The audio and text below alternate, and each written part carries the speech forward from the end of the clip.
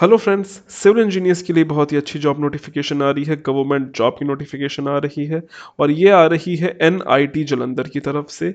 एक बहुत ही अच्छा इंस्टीट्यूशन है, one of the best NITs of India है। यहाँ पे सिविल इंजीनियर की रिक्रूटमेंट आ रही है, विदाउट गेट सिलेक्शन हो रहा है। ये आपकी परमानेंट जॉब है। फ्रेशर्स इसमें एलिजिबल हैं। डिप्लोमा और बीटेक हर कोई अप्लाई कर सकता है। सैलरी बहुत अच्छी 35,000 प्लस पर्क्स एंड बेनिफिट्स आपकी रहने वाली है। तो डिटेल नोटिफिकेशन के बारे में बात करेंगे। एज लिमिट क्या है, सिलेक्शन प्रोसीजर क्या है, कितनी सीट्स हैं, वर्क प्रोफाइल क्या है, इसलिए वीडियो को लास्ट तक जरूर देखिएगा। तो दोस्तों, मेरा नाम है Eddie Singh and I welcome you all on my channel civil engineering destination, a complete solution to every civil engineer. हम रोज सुबह के 10 बजे आपके लिए प्राइवेट जॉब्स और रोज शाम के 5 बजे आपके लिए गवर्नमेंट जॉब अपडेट्स लाते हैं। तो चैनल को सब्सक्राइब कर लीजिए अगर नहीं किया है तो, प्रेस द बेल आइकन, ताकि आपको आने वाले हमें सारी नोटिफिकेशन मिल जाए। और इसी के साथ साथ आप हमें व्हाट्सएप और टेलीग्राम पे भी फॉलो कर सकते हैं, उसका लिंक डिस्क्रिप्शन में दिया गया है। दोस्तों, ये हमारी आज की दूसरी वीडियो है। आज की पहली वीडियो मैं ऑलरेडी बना के डाल चुका हूँ, उसका लिंक आपको डिस्क्रिप्शन में मिल जाएगा। वो हमारी प्राइवेट जॉब है।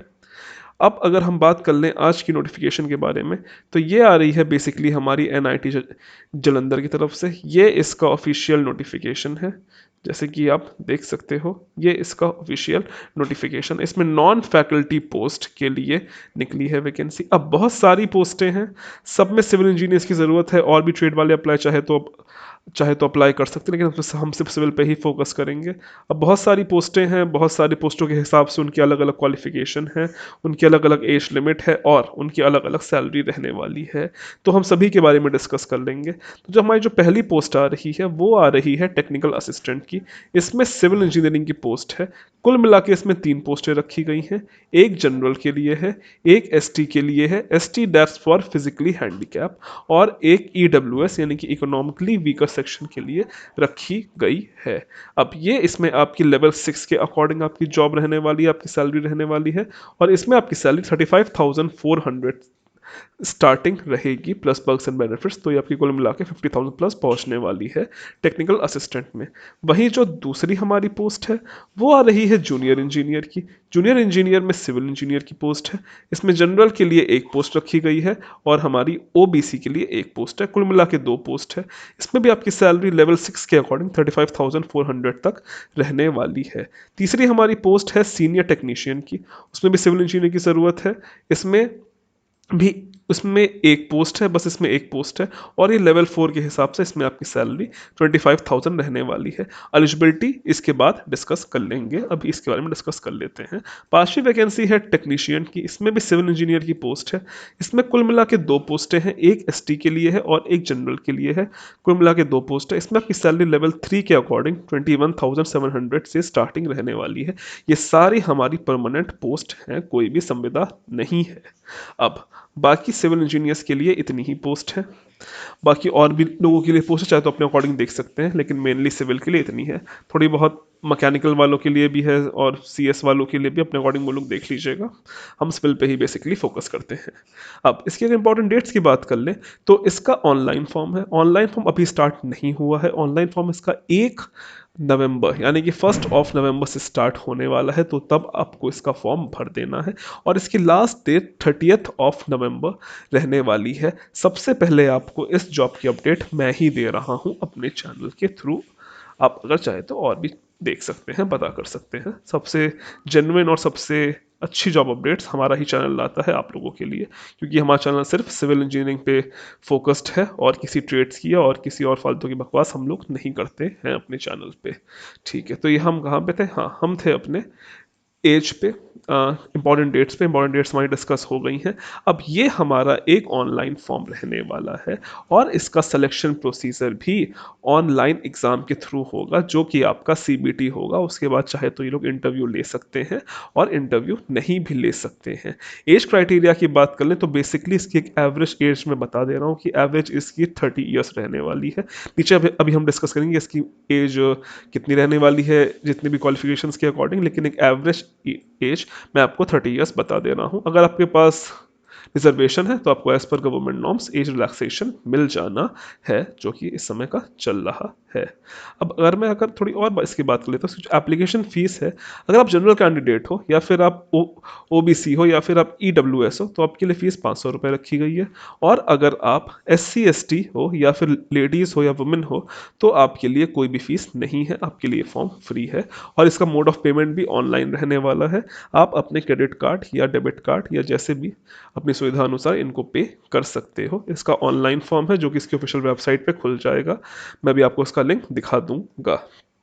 अब अगर हम इसमें थोड़ी और बात कर लेते हैं तो इसमें इसका ऑनलाइन एग्ज़ाम रहने वाला है। अब एक जो इन्होंने बात यहाँ बता दी गई है कि अभी इन्होंने इसका सिलेबस या एग्ज़ाम पैटर्न या फिर नेगेटिव मार्किंग के बारे में कुछ भी नहीं बताया गया है। वो आपको टाइम के साथ बता दिया जाएगा, इनके ऑफिशियल वेबसाइट पे उसका भी एडवर्टाइजमेंट अलग से आ जाएगा। यहाँ पे साफ साफ लिखा है, visit institute website that is इतना इतना इतना regularly for detailed selection procedure, syllabus and other updated information in this regards। तो अभी सिलेक्शन प्रोसीजर इन्होंने बेसिकली क्लियर नहीं किया गया है। अगर ये लोग फ्यूचर में क्लियर करते हैं तो वो मैं भी किसी अलग से वीडियो में आपको अलग से बता दूंगा। ऐसे कोई उसका हार्ड एंड फास्ट रूल नहीं है। आप लोग चाहे तो खुद इनकी वेबसाइट पे जाके टाइम टू टाइम अपडेट या विजिट कर सकते हैं सिलेक्शन प्रोसीजर जानने के लिए। लेकिन जहाँ तक है कि इनका एग्जाम होने वाला है, एग्जाम का लेवल एसएससी जेई के लेवल का रहेगा, क्योंकि डिप्लोमा वाला भी इन्होंने एलिजिबल कर दिया गया है। अब अगर हम सारे क्वालिफिकेशंस की बात कर लें, उनके एलिजिबिलिटी की बात कर लेते हैं या फिर उनकी एज लिमिट की बात कर लेते हैं, तो यहाँ पे हमें डिटेल दी गई है। सबको शॉर्ट में अगर हम डिस्कस कर लेते हैं तो जो हमारी जो टेक्निकल असिस्टेंट की पोस्ट है, ठीक है, जिसमें हमारा बीई बीटेक अप्लाई कर सकता है, इसमें एज लिमिट 30 ईयर्स रखी गई है। और इसमें इन्होंने क्वालिफिकेशंस में बीई बीटेक या फिर डिप्लोमा हर कोई अप्लाई कर सकता है। Point to be remember, final year eligible नहीं है।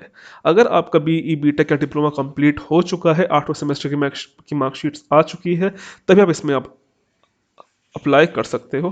Final year is not eligible.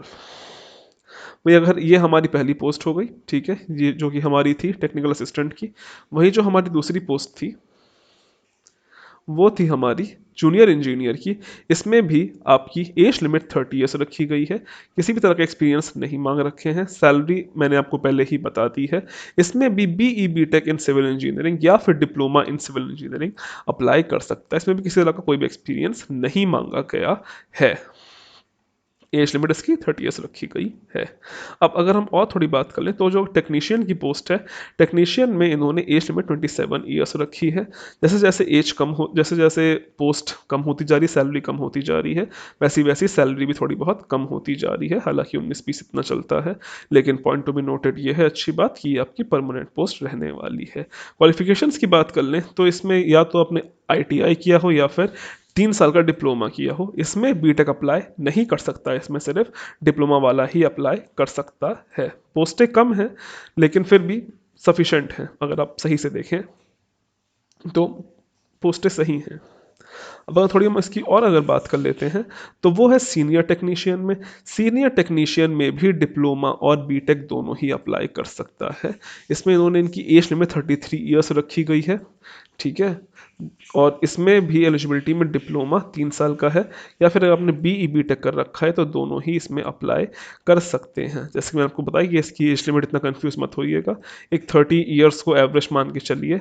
और क्वालिफिकेशंस में भी डिप्लोमा और बीटेक दोनों ही अपने को मान के चलिए, जिसका जिसमें होना होगा वो हो ही जाएगा। फीस ऑफ कोर्स दोनों के लिए सेम है। और वही जो हमारी जूनियर असिस्टेंट की पोस्ट है, तो इसमें सिविल वाला अप्लाई नहीं कर सकता, बेसिकली 10+2 के लिए है। तो अब सिविल के लिए इसमें इतनी ही पोस्ट है। बाकी और चाहे तो अपने लिए देख सकता है। बाकी जो और पोस्टें हैं तो वो मैकेनिकल वालों के लिए हैं या फिर स्टेनोग्राफर के लिए, उसको हम लोग खैर डिस्कस नहीं करेंगे। वो लोग चाहे तो अपने अकॉर्डिंग देख सकते हैं।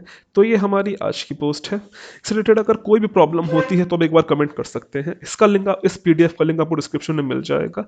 ये वीडियो देखने के बाद इसे अच्छे से डाउनलोड कर लेना, अच्छे से खुद पढ़ लो, समझ लो। थोड़ी कंफ्यूजिंग पोस्ट है, मैं मानता हूँ। वीडियो 1-2 बार देखने पे आपको शायद समझ में आएगा या फिर खुद पढ़ने पे समझ में आएगा। तरीका यही होता है कि मेरी वीडियो देखने के बाद आप लोग खुद पीडीएफ को डाउनलोड करो। एकदम फ्री की पीडीएफ है, नीचे आपको डिस्क्रिप्शन में मिल जाएगी, डाउनलोड कर लो और खुद अपने अकॉर्डिंग उसको पढ़ो और समझो और फिर अपने अकॉर्डिंग उसमें अप्लाई करो। सिविल इंजीनियर्स हो, बच्चे नहीं हो, आप लोग हर चीज़ अपने दिमाग से करना सीख जाओ। अभी ये टाइम आ चुका है। बाकी आज के लिए इतना ही। इससे रिलेटेड अगर कोई भी आपको प्रॉब्लम होती है या समस्या होती है तो आप मुझे कमेंट कर सकते हो। वीडियो पसंद आई हो तो एक बार नीचे कमेंट कर देना, और इसको ज़्यादा से ज़्यादा अपने दोस्तों के साथ शेयर करो। So thank you and God bless all of you.